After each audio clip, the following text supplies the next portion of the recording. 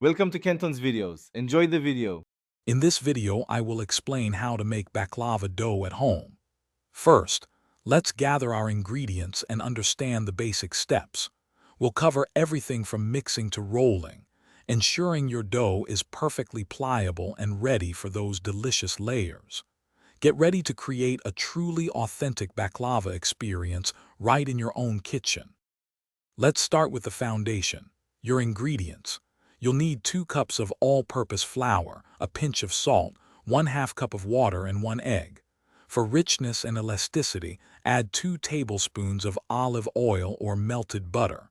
Gently combine these in a bowl until a shaggy, somewhat crumbly dough begins to form.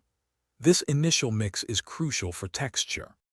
Once your ingredients are combined, it's time to knead. Work the dough for 8 to 10 minutes until it becomes smooth and elastic. This develops the gluten, which is key for stretching. Then, cover the dough and let it rest for at least 30 minutes.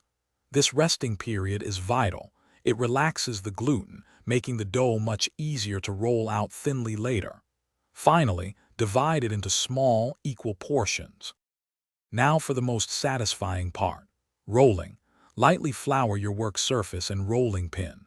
Take 1 dough portion and roll it into a very thin circle. Don't be shy with cornstarch. It helps prevent sticking and makes the dough incredibly easy to stretch. Your goal is to achieve sheets so thin you can almost see through them. This takes practice, but the results are worth it for that perfect baklava crunch. Thanks for watching. Consider subscribing if we helped you.